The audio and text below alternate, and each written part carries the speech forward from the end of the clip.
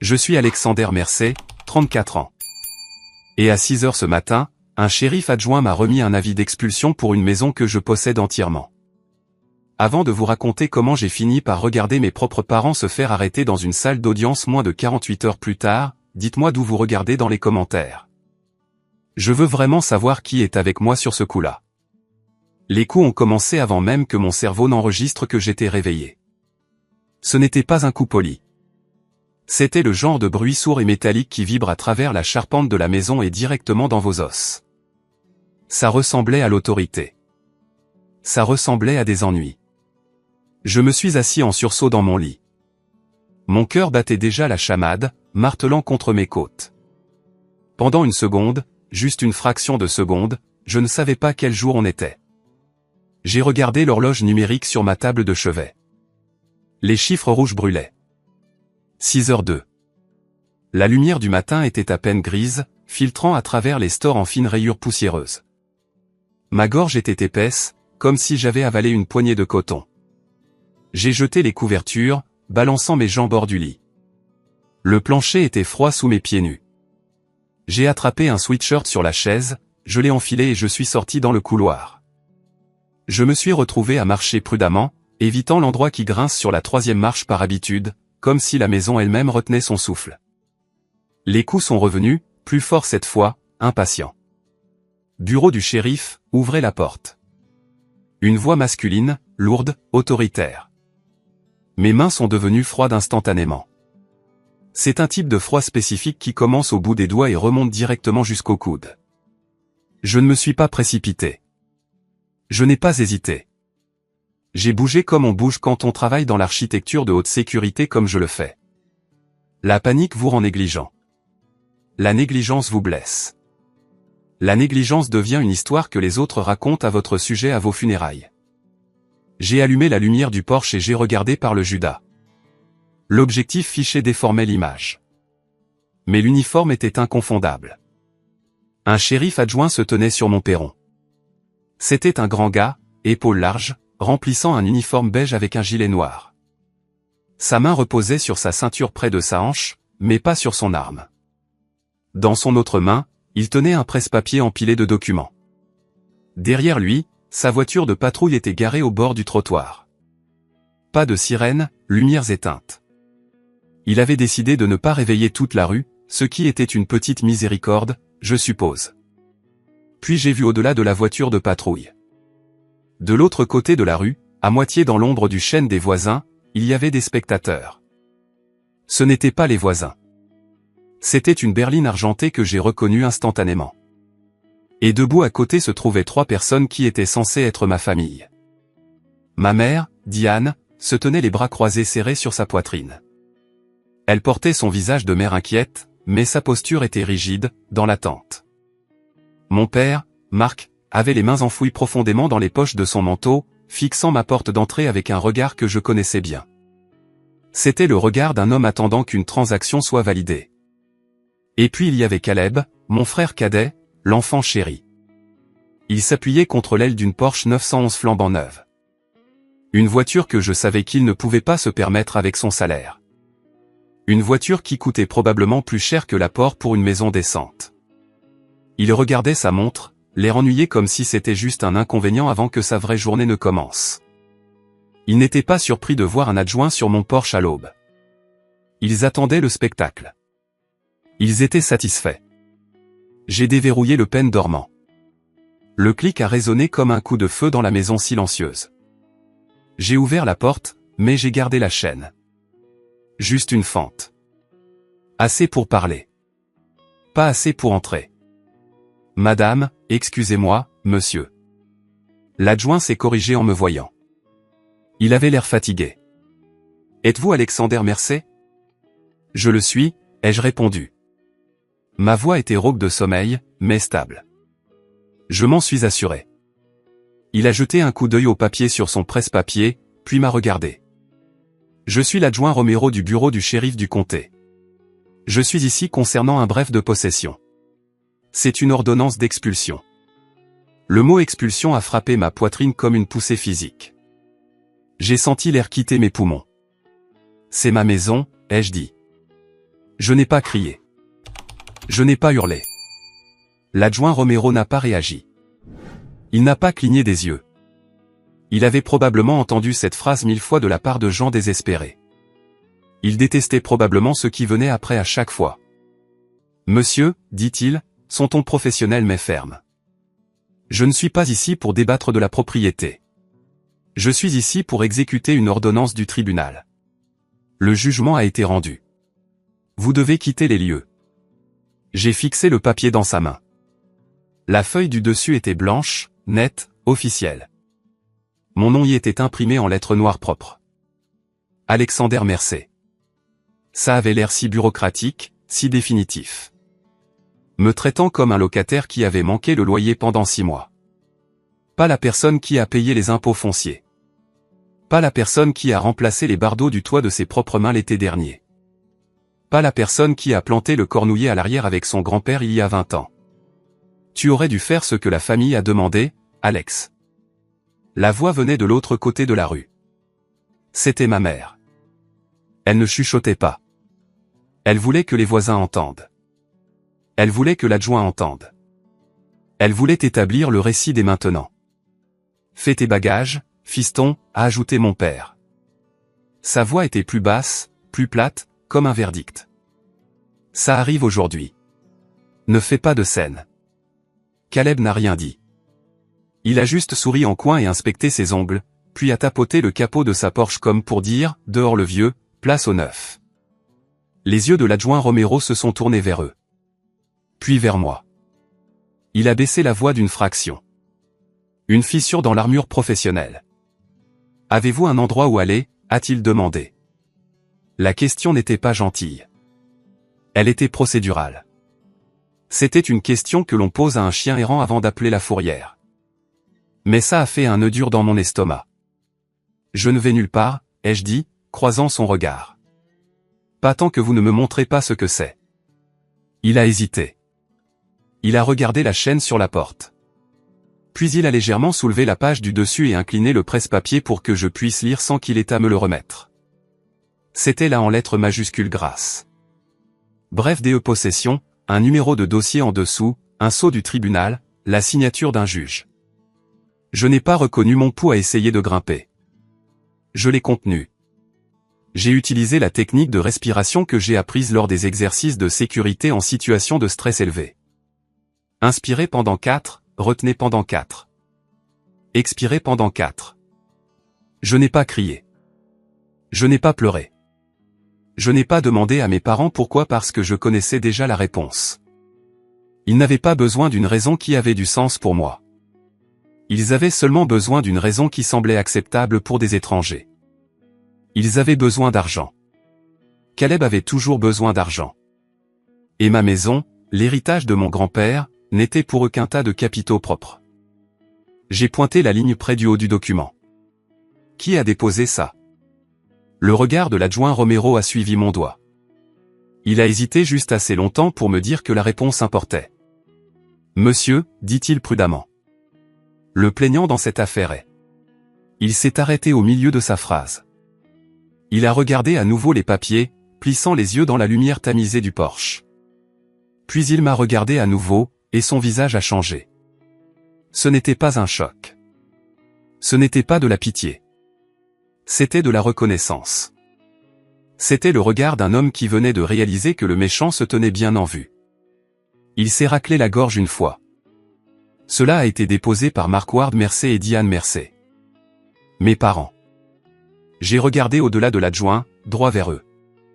Mes parents n'ont même pas fait semblant d'être embarrassés. Le menton de ma mère s'est levé comme si elle était fière que la ligne soit lue à haute voix. Elle a lissé son gilet, jouant le rôle de la matriarche souffrant depuis longtemps obtenant enfin ce qu'elle voulait. J'ai senti quelque chose se figer en moi. Une immobilité propre, froide.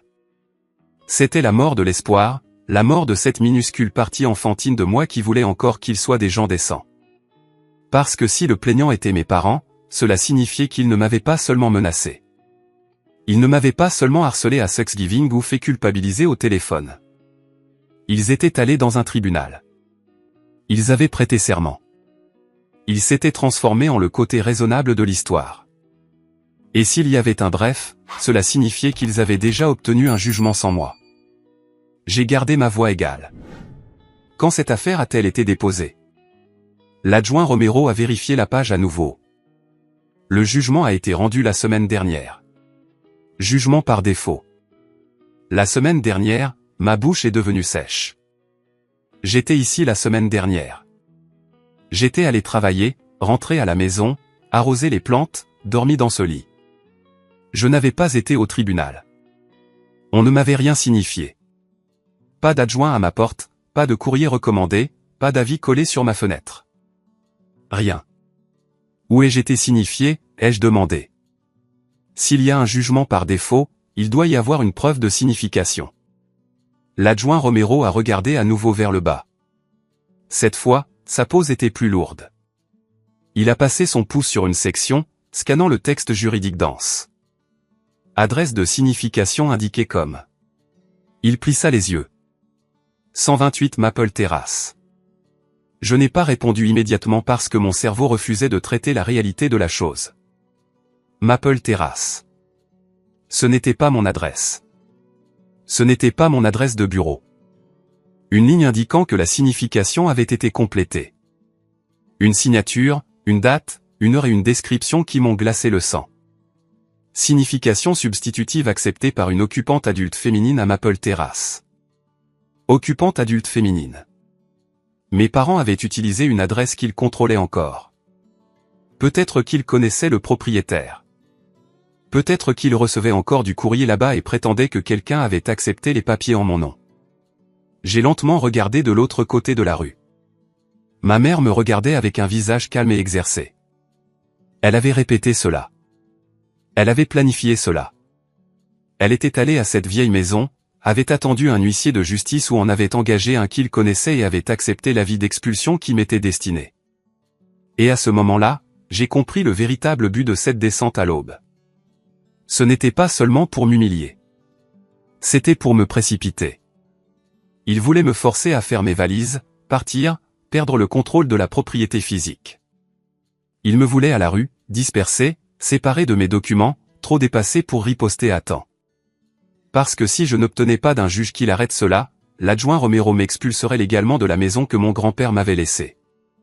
Et une fois que je serais dehors, Caleb et sa Porsche seraient garés dans mon allée dans l'heure. J'ai avalé ma salive une fois, gardant ma voix basse. Cette maison était à mon grand-père, ai-je dit à l'adjoint Romero. Il me l'a laissée, pas à eux. L'adjoint Romero n'a pas discuté. Il a simplement tenu les papiers plus fermement comme s'il détestait être le système de livraison de la cruauté des autres. Monsieur, dit-il, si vous croyez que l'ordonnance du tribunal a été obtenue de manière inappropriée, vous devez contacter le tribunal immédiatement.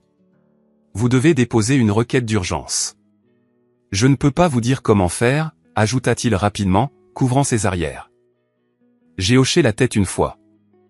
Je comprends. Il a jeté un coup d'œil vers le bas, puis vers le haut, et sa voix est devenue encore plus prudente. Il y a encore une chose. Ce bref autorise la possession immédiate. Mon estomac se serra. Immédiate.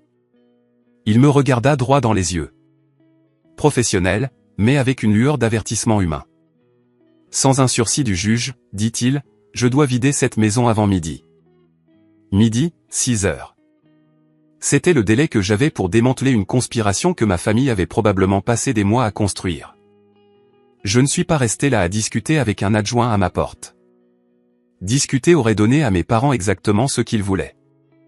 Une scène, une histoire, une raison de me pointer du doigt et de dire aux voisins, voyez, il est instable. Nous avons dû intervenir. Alors, j'ai fait la seule chose qui comptait. J'ai constitué un dossier. Adjoint, ai-je dit, ma voix stable malgré l'adrénaline inondant mon système. J'ai besoin que vous teniez ces papiers stables. Je vais prendre des photos de chaque page. Romero a hésité une fraction de seconde, puis a hoché la tête. Il savait que ça sentait mauvais. Il le savait par l'instinct viscéral qui vient avec l'insigne. Il a tenu le presse-papier en hauteur. J'ai sorti mon téléphone de ma poche. Mes mains tremblaient un peu, mais j'ai appuyé mes coudes contre le cadre de la porte pour les stabiliser. Clic, clic, clic. J'ai capturé le numéro de dossier, le sceau du tribunal avec la signature du juge, l'adresse de signification falsifiée à Maple Terrace, et surtout, la page de preuve de signification où « occupante adulte féminine » était cochée. « Merci », ai-je dit. « Monsieur », dit Romero, sa voix baissant pour que les vautours de l'autre côté de la rue ne puissent pas entendre. « Je dois afficher l'avis sur la porte. C'est la procédure, mais je vais aller m'asseoir dans ma voiture un moment. J'ai de la paperasse à rattraper. Vous avez jusqu'à midi. » Il me donnait de l'espace pour respirer. Il me donnait une longueur d'avance. « J'apprécie cela », ai-je dit. Je suis rentré à l'intérieur et j'ai fermé la porte. J'ai glissé le pêne dormant en place, sachant que ce n'était plus qu'une barrière psychologique maintenant. La loi était déjà à l'intérieur de la maison. Par la fenêtre, j'ai regardé Romero retourner à sa voiture de patrouille. J'ai vu mon père lui faire signe, demandant probablement pourquoi je n'étais pas encore traîné dehors menotté. Romero l'a ignoré, est monté dans sa voiture et a commencé à taper sur son ordinateur portable. Ma mère avait l'air déçue. Caleb avait l'air ennuyé à nouveau, vérifiant son téléphone, cherchant probablement des acheteurs pour ma maison. Je me suis détourné de la fenêtre et j'ai appuyé mon dos contre le mur, glissant vers le bas jusqu'à toucher le sol. Je me suis assis là dans le couloir de la maison que mon grand-père Joe avait construite de ses propres mains dans les années 70. Papy Joe, l'odeur de sueur et de bonbons à la menthe, c'était lui. Il était la seule personne de ma famille qui comprenait le concept d'AC. Mes parents couraient toujours après la prochaine mise à niveau, le prochain symbole de statut, un plus grand bateau qu'ils n'utilisaient jamais, une adhésion à un club qu'ils ne pouvaient pas se permettre. Et quand l'argent s'épuisait, les cris commençaient. Je me souvenais avoir 10 ans, assis dans les escaliers au 128 Maple Terrace, cette adresse maudite, les écoutant se disputer à propos des factures de carte de crédit. Tu as dépensé l'argent de l'hypothèque pour un voyage au ski, Marc. Ma mère avait hurlé. Tu as acheté un manteau de fourrure en Floride, Diane, qui porte de la fourrure en Floride, avait-il crié en retour. Et puis il y avait Caleb, 5 ans, pleurant dans sa chambre. Je suis entré pour le réconforter, mais ma mère est entrée en coup de vent, l'a pris dans ses bras et m'a lancé un regard noir. Ne le contrarie pas, Alex. Il est sensible. Tu es l'aîné. Tu devrais nous aider, pas créer des problèmes. C'était toujours mon travail de réparer, de sacrifier, d'être l'adulte pendant qu'il jouait à faire semblant d'être riche.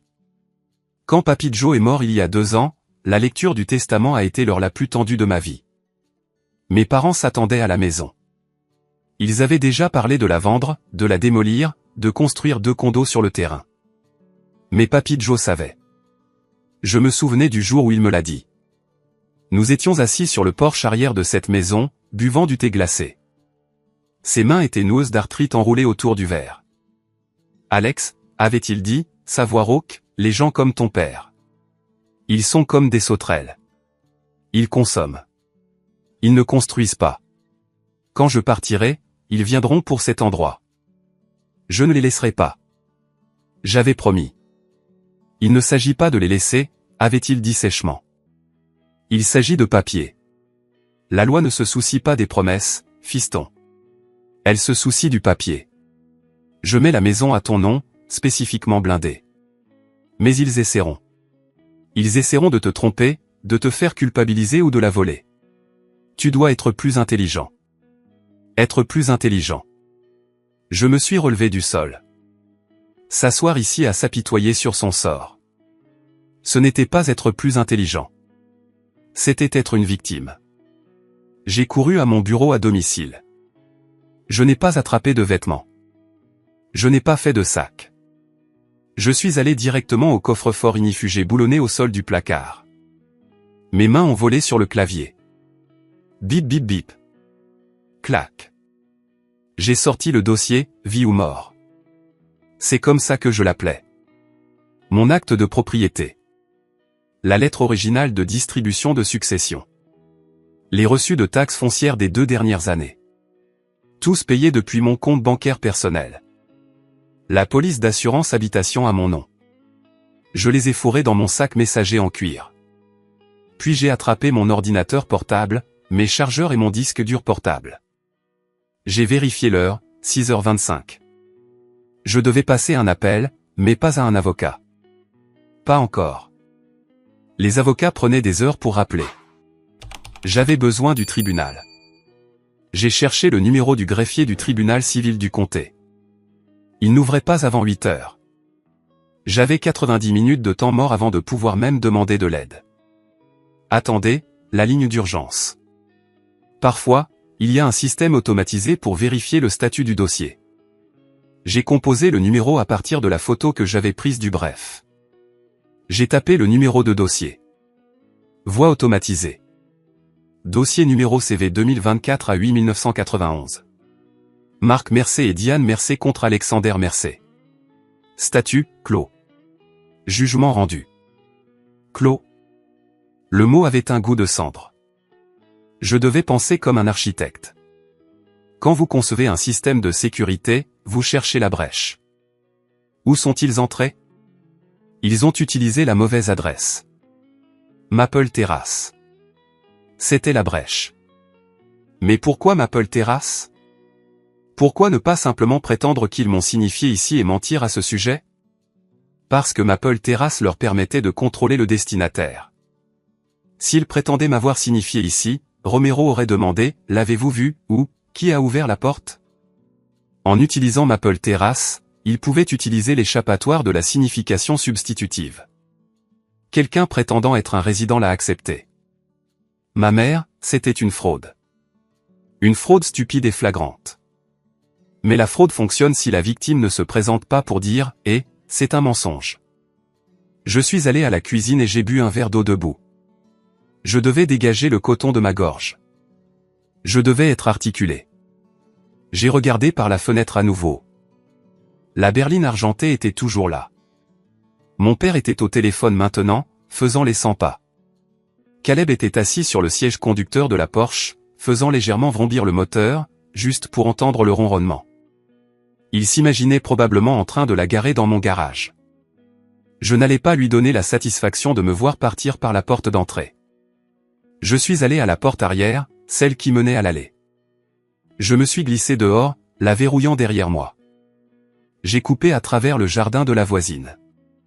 Madame Higgins, qui détestait mes parents depuis que mon père avait reculé dans ses rosiers et prétendu que les buissons avaient sauté, et j'ai atteint la rue latérale où j'avais garé mon camion la veille parce que l'allée était en train d'être nettoyée au géo de pression. Je suis monté dans mon camion. C'était un Ford F-150 robuste et fiable, pas une Porsche, un véhicule de travail. J'ai démarré le moteur et je suis parti sans regarder la maison. Je ne pouvais pas regarder en arrière. Si je regardais en arrière, je pourrais faire demi-tour avec le camion et faire quelque chose qui me ferait atterrir dans une cellule à côté d'eux. J'ai conduit directement au palais de justice du centre-ville. Je me suis assis sur le parking, regardant le soleil se lever complètement, attendant que les portes se déverrouillent. À 7h55, j'étais debout devant les portes vitrées. J'étais le premier dans la file. L'agent de sécurité m'a fait signe de passer par le détecteur de métaux. Matinée difficile, a-t-il demandé, regardant mes cheveux ébouriffés. Vous n'avez pas idée, ai-je marmonné. J'ai sprinté dans les escaliers jusqu'au bureau du greffier de la division civile. Il y avait une personne au comptoir, un homme plus âgé avec des lunettes épaisses et un badge indiquant Henderson. Il avait l'air de travailler là depuis la construction du bâtiment. Il organisait des dossiers avec un rythme lent et délibéré. Je me suis approché de la vitre de séparation. « Bonjour », ai-je dit. « J'ai une urgence. Un bref de possession est en cours d'exécution sur ma maison à midi aujourd'hui. Je n'ai jamais été signifié. Je dois déposer une requête d'urgence pour suspendre l'expulsion. » Henderson leva les yeux par-dessus ses lunettes. Il ne se pressa pas. Il m'évalua. Il vit la sueur sur mon front, le dossier dans ma main, le désespoir dans mes yeux. « Numéro de dossier ?» demanda-t-il. Je l'ai lu.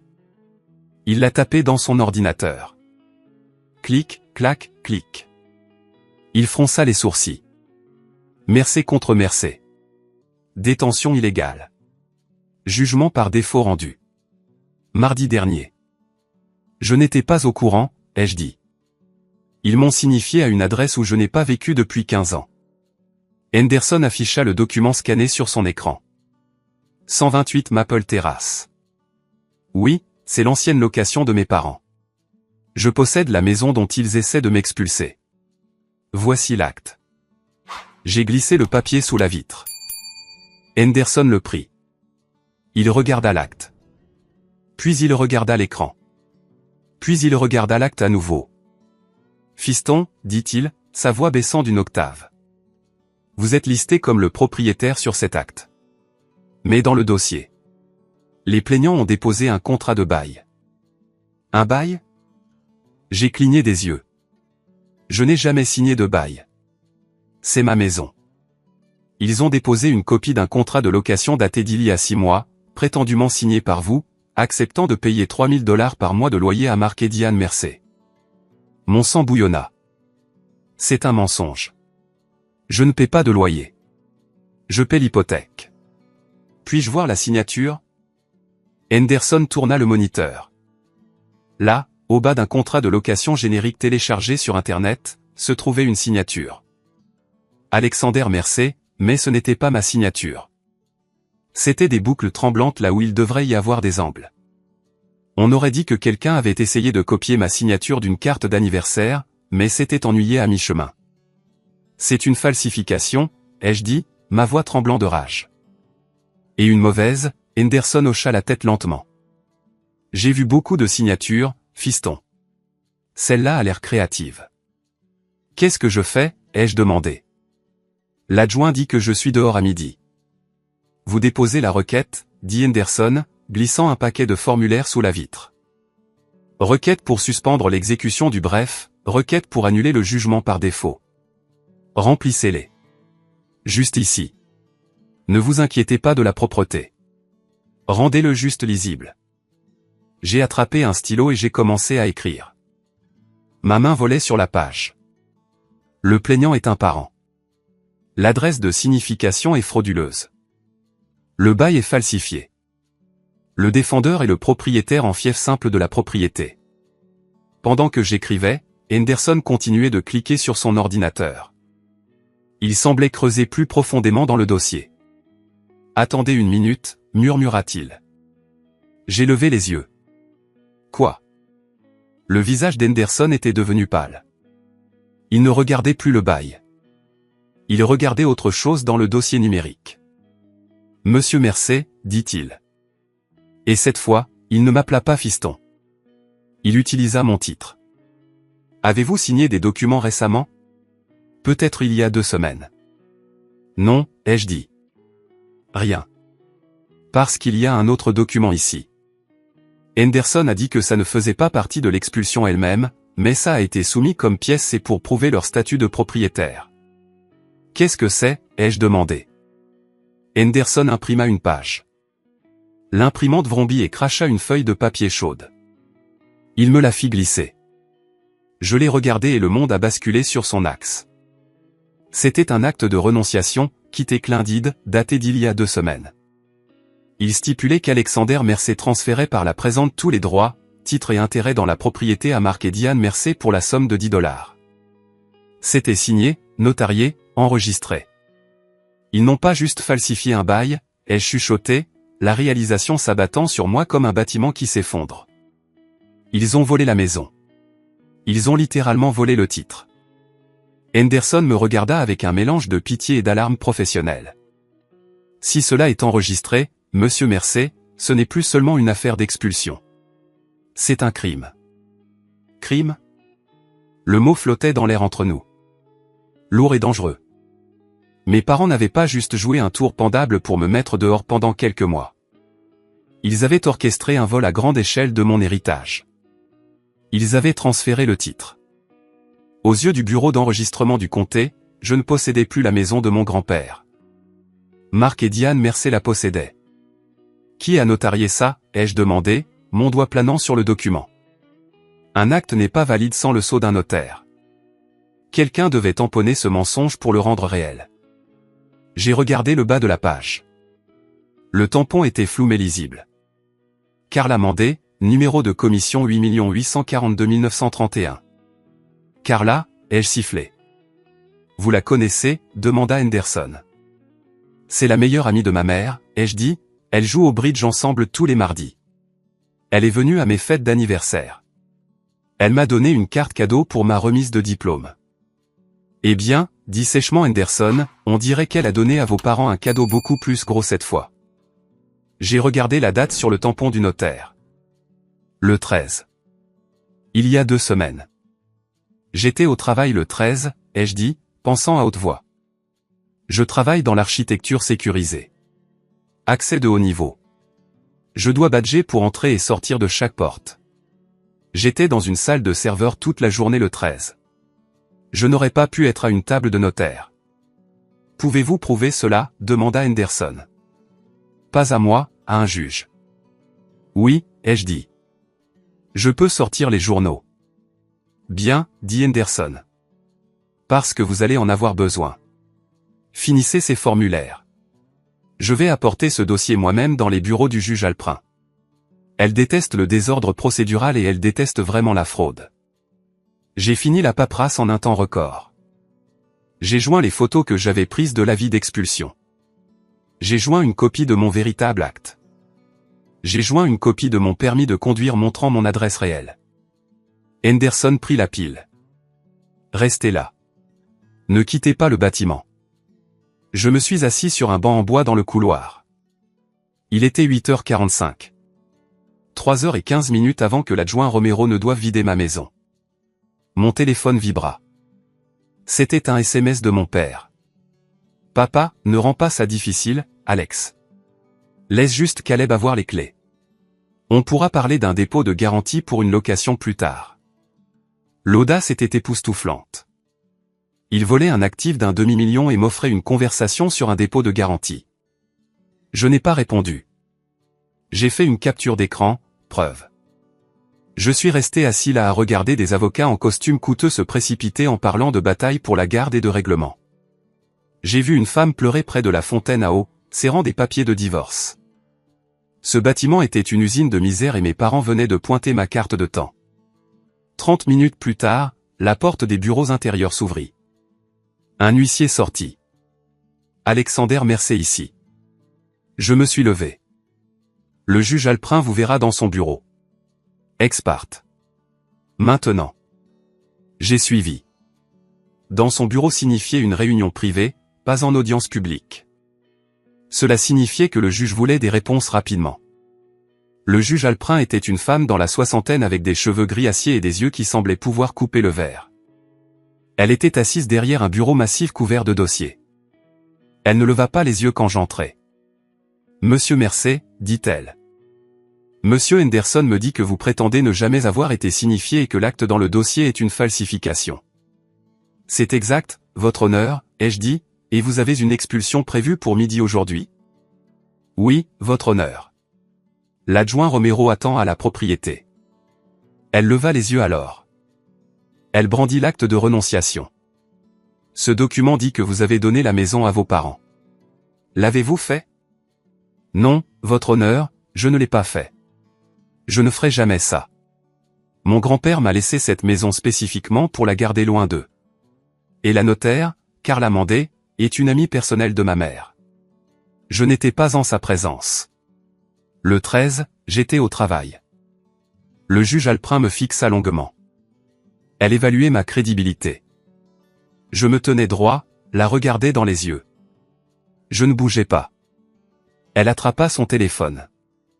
Elle composa un numéro sur haut-parleur. Division civile. Une voix répondit. C'est le juge Alprin. Sortez le dossier pour Mercé contre Mercé. J'émets un sursis immédiat à l'exécution du bref de possession. Appelez le dispatching du shérif. Dites à l'adjoint Romero de se retirer. Personne n'entre dans cette propriété. J'ai senti mes genoux faiblir de soulagement. Merci, votre honneur. Ne me remerciez pas encore, claqua-t-elle. Je suce pas l'expulsion parce qu'il y a une allégation vraisemblable de fraude, mais nous allons aller au fond de cette affaire. Je fixe une audience d'urgence pour demain matin à 9h. Je veux les plaignants ici. Je veux leur avocat ici. Et je veux cette notaire, Carla Mandé, ici. Elle griffonna sur un morceau de papier. Vous signifierez cette ordonnance au conseil du plaignant aujourd'hui.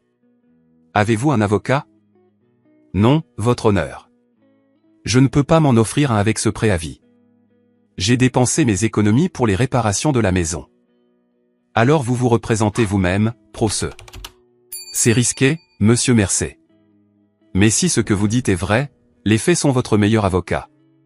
Apportez vos preuves. Apportez vos journaux de travail. Si vous pouvez prouver que vous n'étiez pas là le 13, vos parents ont de très graves ennuis. Elle me tendit l'ordonnance. Sursis d'urgence accordé. Allez.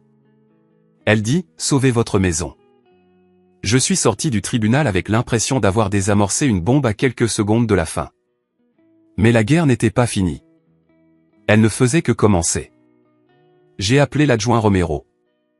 Romero, répondit-il. C'est Alex Mercé. Le juge a émis un sursis. Elle notifie le dispatching maintenant. Je l'entendis expirer. Un long son las. Je viens de recevoir l'appel radio. Vous avez de la chance, gamin. Votre père montait juste l'allée avec un serrurier. Un serrurier? Ma main se serra sur le téléphone. Ouais. Il voulait changer les cylindres avant midi. Je lui ai dit de reculer. Ils ne sont pas contents. Dites-leur d'économiser leur énergie, ai-je dit, je les verrai au tribunal demain. J'ai raccroché. Maintenant, j'avais 24 heures pour prouver une conspiration. J'avais besoin de deux choses. J'avais besoin des journaux d'emploi pour prouver que j'étais au travail, et j'avais besoin d'en savoir plus sur cet acte. J'ai conduit au bureau d'enregistrement du comté. C'était au sous-sol du bâtiment administratif d'à côté. La file était plus courte ici. J'ai eu une employée nommée Clara. Elle était jeune, efficace, portant un casque. J'ai besoin de voir un acte enregistré, ai-je dit. Et j'ai besoin de signaler une propriété pour fraude potentielle. Clara tapa l'adresse. Maple Terrace. Non, la propriété est sur M Street. La signification était à Maple. Elle afficha le dossier. Ah, le voilà. Renonciation. Enregistré il y a 2 semaines. Puis-je voir le scan original? Haute résolution. Elle tourna l'écran. Je me penchai. Je regardai le tampon du notaire à nouveau. Carla Mandé. Mais quelque chose semblait clocher. Je plissai les yeux. Pouvez-vous zoomer sur le numéro de commission, ai-je demandé. Clara zooma. Le numéro était 8 842 931, mais le 3 semblait sombre, épais. Est-ce que ça vous semble altéré, ai-je demandé. Clara se pencha, son nez touchant presque l'écran. HM, on dirait que c'était peut-être un 8, et quelqu'un a essayé de le transformer en 3 avec un stylo avant de scanner. Ou un 3 transformé en 8, ai-je dit. Pourquoi ferait-il ça? Si la commission était expirée, dit Clara, ou si le numéro était faux et qu'ils ont essayé de le corriger à la main au lieu de retamponner, c'est une violation. Nous n'aurions pas dû accepter cela si c'était altéré à la main. Pouvez-vous imprimer les métadonnées, ai-je demandé. Je veux savoir exactement quand cela a été scanné et qui l'a apporté. Je ne peux pas vous dire qui l'a apporté, dit Clara. Mais attendez, il y a une note dans le journal d'admission. Le déposant a demandé un enregistrement urgent. Frais d'urgence payés en espèces. Espèces, ai-je dit, mon père portait toujours de l'argent liquide. Il pensait que ça le rendait intraçable. J'ai besoin d'une copie certifiée de cela, ai-je dit, et j'ai besoin qu'une alerte de fraude soit placée sur le titre pour qu'il ne puisse pas la vendre ou emprunter dessus avant demain. Fait, dit Clara. Elle tamponna le papier. Certifié. J'ai quitté le bureau d'enregistrement avec l'arme du crime. Maintenant, j'avais besoin de la balle. J'ai conduit à mon bureau. C'était un bâtiment en verre élégant dans le quartier technologique. Je travaillais pour Sentinel Systems, une entreprise qui concevait la sécurité physique et numérique pour les banques et les bâtiments gouvernementaux. Je suis entré, montrant mon badge. L'ironie ne m'échappait pas. Je sécurisais des forteresses pour gagner ma vie, et j'avais laissé tomber mes propres portes. Je suis allé directement voir Sarah, la responsable de la sécurité interne. C'était une femme dure qui gérait les journaux des serveurs. Alex, demanda-t-elle, regardant mon jean et mon sweatshirt. Tu n'es pas sur le planning aujourd'hui. J'ai besoin d'une faveur, Sarah. Une grosse. Vie ou mort? Elle vit mon visage. Elle arrêta de taper. De quoi as-tu besoin? J'ai besoin de mes journaux d'accès pour le 13 de ce mois. Passage de badge, horodatage du garage, et si tu l'as, des images vidéo de la salle des serveurs. Le 13, c'est il y a 2 semaines. Nous gardons la vidéo pendant 30 jours. Les journaux pour toujours, elle tapa rapidement. Merci Alexander. Date 13. L'écran se remplit de données. 7h45 entrée garage. Reconnaissance plaque immatriculation F150. 7h52 passage badge tourniquet hall. 8h salle serveur scan biométrique rétine. 12h15 salle de pause passage badge. 12h45 salle serveur scan biométrique. 18h10 sortie garage. J'étais ici, ai-je dit, pointant l'entrée de 12h15. J'étais dans la salle de pause à midi. Ouais, tu y étais, dit Sarah. Et voici la vidéo. Elle cliqua sur un fichier. Sur l'écran, granuleux mais clair, c'était moi debout dans la salle de pause, réchauffant un récipient Tupperware de lasagne, parlant à un collègue. Peux-tu exporter ça, ai-je demandé, certifié avec l'horodatage gravé dessus. Bien sûr, dit Sarah. C'est pourquoi? Tu as des ennuis? Non, ai-je dit, regardant la vidéo de moi mangeant mon déjeuner pendant qu'à des kilomètres de là, ma mère falsifiait ma signature. Je n'ai pas d'ennui, mais quelqu'un d'autre est sur le point d'en avoir. Je suis sorti de mon bureau avec une clé USB et une pile de journaux certifiés. Ça semblait plus lourd que ça en avait l'air. Ça ressemblait à une arme. Il était 14 heures. J'avais l'ordonnance de sursis. J'avais la preuve que l'acte était faux. J'avais la preuve que la signification était fausse. Mais j'avais besoin d'une chose de plus. J'avais besoin de les regarder dans les yeux. Je suis retourné chez moi. La berline argentée était partie. La Porsche de Caleb était partie. La rue était calme. L'adjoint Romero avait laissé un autocollant orange fluo sur ma porte. L'avis du sursis. J'ai déverrouillé la porte et je suis entré. La maison sentait le renfermé, comme le stress et le vieux café. J'ai parcouru les pièces, vérifiant les dommages. Il n'était pas entré. Les serrures étaient toujours les miennes. Je suis allé à la cuisine et j'ai fait une cafetière de café. J'avais besoin de caféine. Ma tête martelait. Puis mon téléphone a sonné. Ce n'étaient pas mes parents. C'était un numéro que je ne reconnaissais pas. Bonjour, monsieur Mercé. Une voix douce et huileuse. C'est Laurent Spike. Je représente vos parents. Laurent Spike, l'avocat de centre commercial que mon père utilisait pour ses procès frivoles. Le gars qui l'avait aidé à poursuivre un pressing pour avoir ruiné une chemise qui était déjà tachée. Qu'est-ce que vous voulez, Pike, ai-je demandé. J'ai reçu une copie de votre petite requête, dit Pike, riant avec dédain. Très dramatique, mais futile, n'est-ce pas? Écoutez, Alex, je peux vous appeler Alex? Vos parents sont très blessés. Ils ont essayé de faire ça discrètement. Ils voulaient gérer l'actif pour le bénéfice de la famille. Vous êtes célibataire. Vous n'avez pas besoin d'une maison de 3 chambres. Caleb est. Il démarre une entreprise. Il a besoin des capitaux propres. Il a besoin de payer des dettes de jeu. J'ai corrigé. Je suis au courant des parties de poker, Pike. Je suis au courant des bookmakers. Pike fit une pause. Allégation. Non pertinent. Écoutez, nous avons un acte signé. Notarié. Vous pouvez prétendre que vous étiez au travail, mais les notaires sont des officiers du tribunal. Sa parole contre la vôtre, et nous avons le bail. Vous êtes un locataire, Alex, et vous n'avez pas payé de loyer. Je suis le propriétaire, ai-je dit. Et demain, je vais le prouver. Si vous allez au tribunal demain, la voix de Pike baissa, perdant le charme huileux. Nous déposerons une demande pour les loyers impayés. Nous saisirons votre salaire. Nous ruinerons votre crédit à un point tel que vous ne pourrez pas acheter un vélo, encore moins une maison. Abandonnez la requête. Déménagez. Nous vous donnerons 5 000 $ en espèces pour votre peine. 5 000 $. J'ai ri. C'était un son froid et sec. La maison vaut 600 000. Allez au diable, Pike. J'ai raccroché. 30 minutes plus tard, la sonnette a retenti.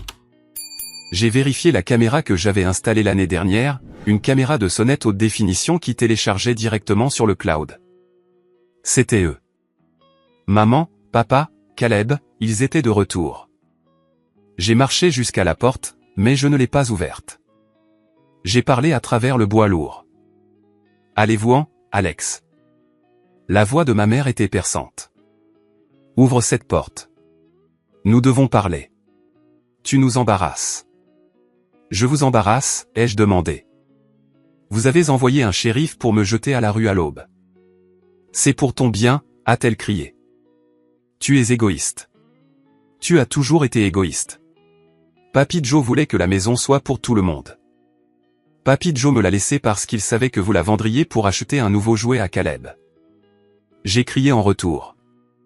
Et, la voix de Caleb. Surveille ta bouche. Ouvre la porte, Alex. Signons juste quelques papiers et réglons ça.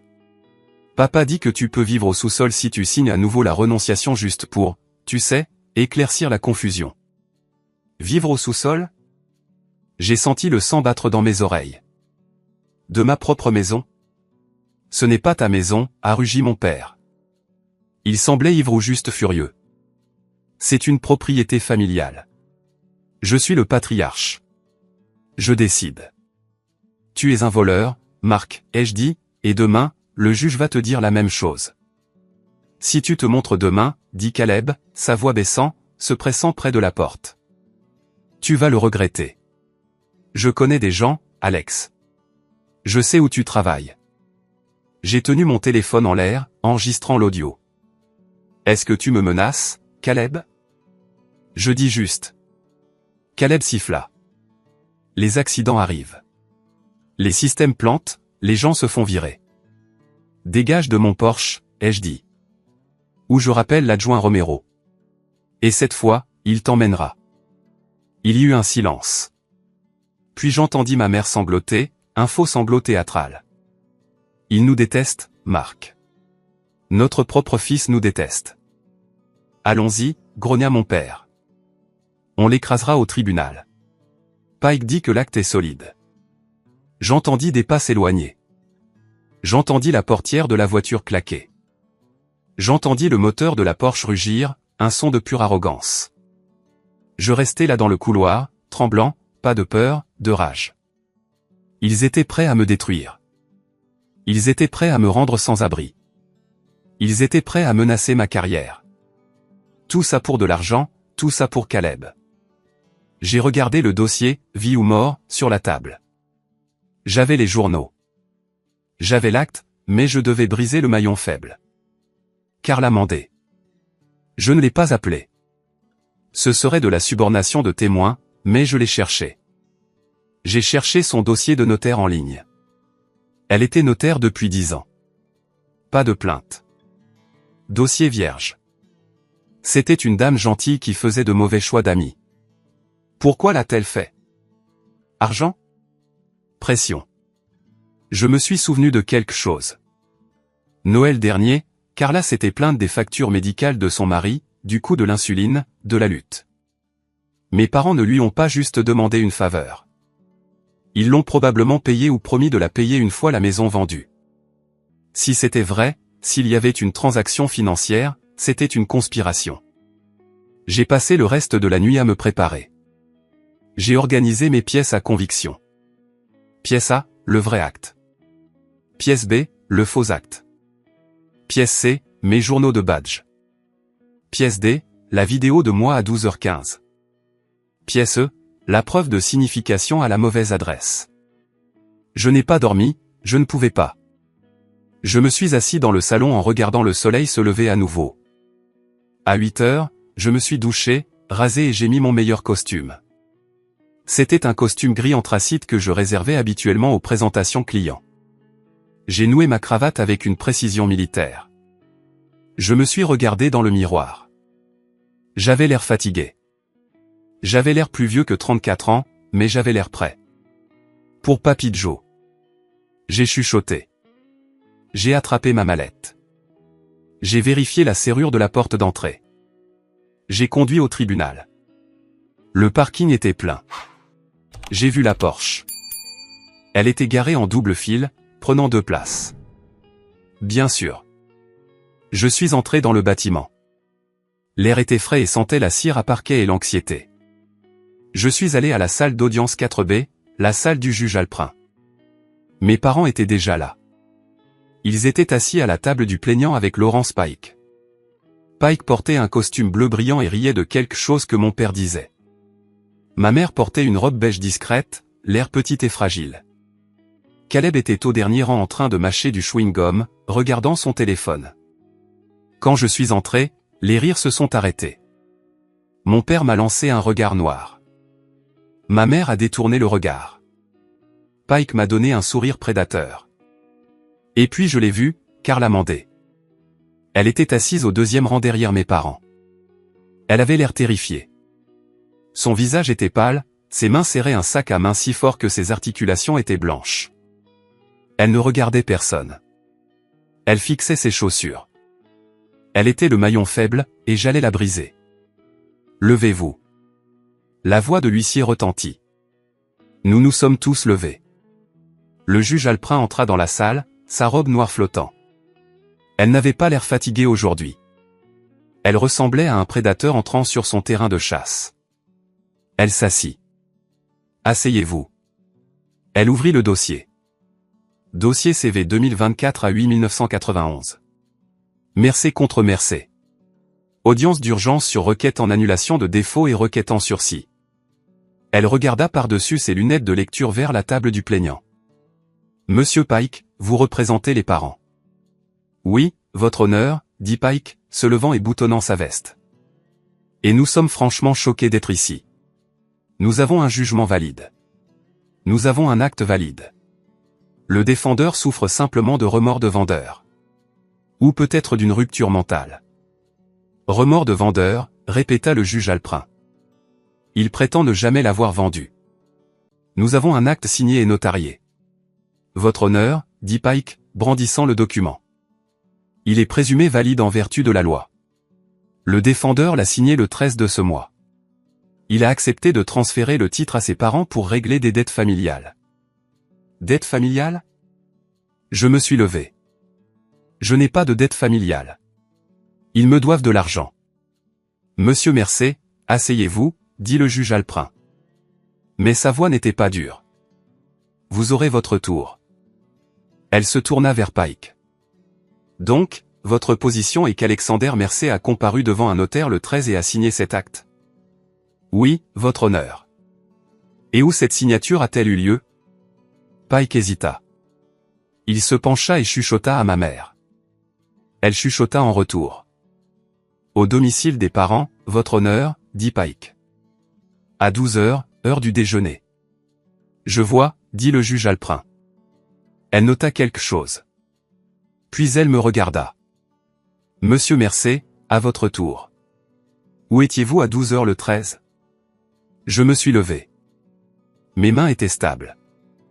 Votre honneur, je travaille pour Sentinel System. Nous concevons une architecture de haute sécurité pour les entrepreneurs gouvernementaux. Notre installation est un environnement sécurisé. Nous sommes suivis par badge, scanner biométrique et caméra. J'ai marché vers l'huissier et lui ai remis mon classeur. Puis-je approcher ? Vous pouvez. J'ai remis une copie à Pike, qui la regarda avec dédain. Pièce C, ai-je dit. Ce sont des journaux d'accès certifiés du serveur de sécurité interne de mon employeur. Si vous regardez l'entrée du 13, vous verrez que j'ai badgé dans le parking à 7h45. Le juge Alprin tourna la page et je continuai, j'ai badgé dans la salle des serveurs, qui nécessite un scan de la rétine, à 8h. Je n'ai pas quitté le bâtiment avant 18h10. Pike sursauta. Objection. Ce sont des impressions d'ordinateur. Elles pourraient être fabriquées. Elles sont certifiées par la responsable de la sécurité, Sarah Jenkins, avec une déclaration sous serment jointe, ai-je dit calmement. Le juge Alprin regarda la déclaration sous serment. Rejeté. Continuez, monsieur Mercé. Maintenant, concernant spécifiquement l'heure de la prétendue signature, ai-je dit, monsieur Pike a déclaré que c'est arrivé à midi, heure du déjeuner. J'ai pointé l'onglet suivant. Pièce D. C'est un export image par image de la caméra de sécurité dans la salle de pause de Sentinel System. Horodatage 12h15 le 13. Le juge Alprin regarda la photo. C'était moi tenant une fourchette parlant à un collègue. C'est clairement moi, ai-je dit. Et ce n'est clairement pas la maison de mes parents. La salle d'audience était silencieuse. Même la climatisation semblait s'arrêter de ronronner. Le juge Alprin regarda la photo. Puis elle regarda l'acte. Puis elle regarda Pike. « Monsieur Pike, dit-elle, sa voix tombant à un froid dangereux. Votre client prétend que le défendeur était chez eux à midi. Le défendeur a une preuve haute définition. Il était à 10 miles de là dans une installation sécurisée. Pike suait maintenant. Il desserra son col. Votre honneur, peut-être que l'heure était approximative. C'était peut-être plus tard dans la journée. Ou peut-être, dit le juge Alprin, cela ne s'est jamais produit. Elle tourna son regard vers le deuxième rang. Est-ce que Carla Mandé est dans la salle d'audience? Carla se leva lentement. Elle avait l'air de pouvoir s'évanouir. Oui, votre honneur. Venez à la barre. Apportez votre journal de notaire. Carla marcha vers la barre des témoins. Ses pas étaient lourds. Elle s'assit, serrant son journal noir. Jurez-vous de dire la vérité, demanda le greffier. Je le jure, chuchota TL. Le juge Alprin se pencha en avant. Madame Mandé, vous avez notarié cet acte. Oui. Avez-vous vu Alexander Mercé le signer? Les yeux de Carla se posèrent sur ma mère. Ma mère la fixait, les yeux écarquillés, suppliant, ne le fais pas. Ne dis rien. Mandé, dit le juge Alprin sèchement. Regardez-moi. Ne regardez pas les plaignants. Regardez-moi. Carla regarda le juge. Vous êtes titulaire d'une commission. Le juge dit, si vous me mentez maintenant, face aux images de sécurité, vous ne perdrez pas seulement votre commission. Je vous référerai au procureur pour parjure et fraude.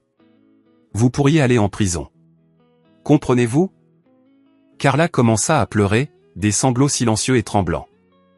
Maintenant, dit le juge doucement mais fermement. Alexander Mercé a-t-il signé cet acte devant vous? Carla prit une inspiration. Elle regarda le journal. Elle me regarda. Non, sanglota TL. Un halètement traversa la salle. Ma mère laissa échapper un cri aigu. Pike s'effondra sur sa chaise. Il n'était pas là.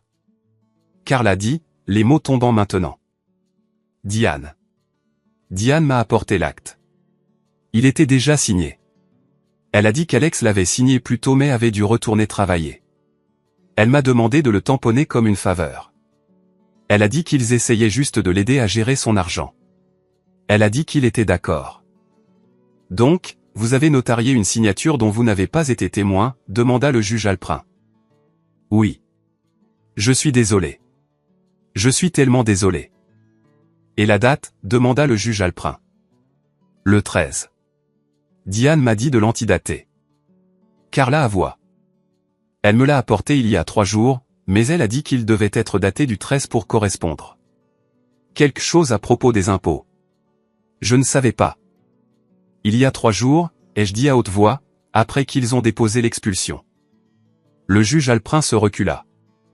Elle regarda mes parents. L'expression sur son visage était celle d'un pur dégoût. Marc et Diane Mercé. Levez-vous. Mes parents se levèrent. Mon père avait l'air dégonflé, le visage rouge. Ma mère tremblait, des larmes coulant sur son visage. De vraies larmes cette fois. Des larmes de peur. Vous avez falsifié une signature, dit le juge Alprin. Vous avez contraint un notaire. Vous avez déposé une expulsion frauduleuse. Vous avez tenté de voler un titre. Nous, votre honneur, bégaya Pike. Mes clients. Asseyez-vous, monsieur Pike, rugit le juge Alprin. Avant que je ne vous tienne pour outrage aussi. Pike s'assit si vite que la chaise racla bruyamment contre le sol. Le juge Alprin se tourna à nouveau vers mes parents. Vous avez manipulé le système judiciaire pour nuire à votre propre fils. Vous avez menti sur des documents sous serment. Elle frappa son marteau. Ça sonna comme un coup de feu. La requête en annulation du jugement par défaut est accordée. L'expulsion est rejetée avec préjudice. L'acte de renonciation est déclaré nul ab initio. Invalide dès le départ. Elle n'avait pas fini. Adjoint, elle fit signe à l'huissier. Prenez madame Mandé en garde à vue. Je la tiens pour outrage en attendant un examen par le procureur. Carla gémit alors que l'huissier s'approchait d'elle. Et quant au plaignant, dit le juge Alprin, ses yeux perçant mes parents. Je réfère ce dossier entier au bureau du procureur pour enquête sur la fraude immobilière, la falsification et la conspiration. Je vous suggère de prendre un avocat de la défense pénale. Monsieur Pike ne peut pas vous aider là. Ma mère cria. Non, nous ne voulions pas. C'est notre maison. Alex, dis-lui. Elle se tourna vers moi. Alex, arrange ça. Dis-lui que nous sommes une famille. Je l'ai regardé. J'ai regardé la femme qui m'avait élevé. La femme qui m'avait vendu pour un paiement de Porsche pour son fils préféré. Je me suis levé. Nous ne sommes pas une famille. J'ai dit, plus maintenant. Le chaos qui a suivi ces mots est quelque chose que je n'oublierai jamais. Ma mère sanglotait, tendant la main vers moi par-dessus la balustrade en bois qui séparait la galerie des justiciables. Alex, Alex, s'il te plaît ne les laisse pas nous prendre. L'huissier se dirigeait vers mes parents maintenant. Il n'était pas arrêté à cette seconde précise. Le renvoi au procureur prend du temps à être traité, mais la menace planait sur eux comme une lame de guillotine. Monsieur Mercé. Le juge Alprin s'adressa à moi une dernière fois. J'émets également une ordonnance restrictive permanente. Marc, Diane et Caleb Mercé ne doivent pas s'approcher à moins de 500 pieds de vous ou de votre propriété. S'ils le font, appelez la police immédiatement. Ce sera une violation d'une ordonnance du tribunal. Merci, votre honneur. J'ai dit. J'ai rassemblé mes dossiers. Mon dossier, vie ou mort. Je me suis tourné pour partir. Caleb se tenait près de la porte. Il ne mâchait plus de chewing-gum. Il avait l'air pâle, en sueur. Il ressemblait à un gamin qui vient de réaliser que les adultes ne pouvaient pas le sauver. Alex, bégaya-t-il alors que je passais. Alex, attends. La voiture? La Porsche? J'ai utilisé la maison comme garantie pour le prêt. Un prêt relais si l'acte est nul. Je me suis arrêté. Je l'ai regardé. Tu as pris un prêt contre une maison que tu ne possédais pas, ai-je demandé. Maman a dit qu'elle était à nous, supplia Caleb. L'usurier, le prêteur. Ils vont venir pour la voiture. Ils pourraient venir pour moi. Tu dois m'aider à couvrir les intérêts jusqu'à ce que je puisse vendre ma crypto. Vends la Porsche, Caleb, ai-je dit froidement. Je ne peux pas. Je suis sous l'eau avec. Ce n'est pas mon problème, ai-je dit. Tu as des jambes. Marche. Je l'ai bousculé et je suis sorti de la salle d'audience. J'ai marché le long du long couloir, passant devant les autres salles d'audience, les greffiers, la misère. Je suis sorti dans le soleil éclatant du parking. L'air sentait différent. Il sentait le propre. J'ai marché jusqu'à mon camion. J'ai vu la Porsche toujours garée en double fil. Une dépanneuse reculait vers elle. Je me suis arrêté pour regarder. Le conducteur a sauté et a commencé à accrocher les chaînes. Et Caleb courut hors du tribunal, agitant les bras. Et, c'est ma voiture. Qu'est-ce que vous faites? Violation de stationnement, dit le conducteur de la dépanneuse, sans même lever les yeux. Et j'ai reçu un ordre de saisie qui est apparu sur le scan. Problème de titre. Caleb resta là, impuissant, regardant son symbole de statut être traîné au loin. Mes parents sortirent un moment plus tard, l'air sous le choc. Mon père criait après Pike au téléphone. Ma mère pleurait dans un mouchoir. Ils avaient l'air petits. Ils avaient l'air pathétiques. Je suis monté dans mon camion et je suis parti. J'ai conduit directement à la maison. Ma maison. Je me suis garé dans l'allée. Elle était vide. Pas de berline argentée, pas de voiture de police, juste ma maison. Se tenant là dans le soleil de l'après-midi. Le cornouiller que Papy Joe avait planté était en fleurs. Des pétales blancs dérivant sur l'herbe. J'ai monté les marches. J'ai décollé l'autocollant orange du shérif de la porte. Il a laissé un peu de résidu, mais je pouvais frotter ça. J'ai déverrouillé la porte et je suis entré. Le silence était profond. Ce n'était plus le silence de la peur. C'était le silence de la propriété, de la paix. J'ai verrouillé la porte derrière moi. Je suis allé à la cuisine et je me suis versé un verre d'eau. Mes mains étaient enfin stables. Je me suis assis à la table où Papy Joe avait l'habitude de s'asseoir. J'ai passé ma main sur le grain du bois. Je l'ai fait, papy. J'ai chuchoté. J'ai été plus intelligent. Ce soir-là, j'ai fait les choses pratiques. J'ai appelé un serrurier et j'ai fait changer toutes les serrures de la maison pour des cylindres Medeco de haute sécurité. J'ai appelé ma société de sécurité et j'ai mis à niveau les capteurs périmétriques. Puis je me suis assis sur le sol du salon et j'ai ouvert la vieille boîte en métal que Papy Joe m'avait laissée, celle que je gardais dans le coffre-fort.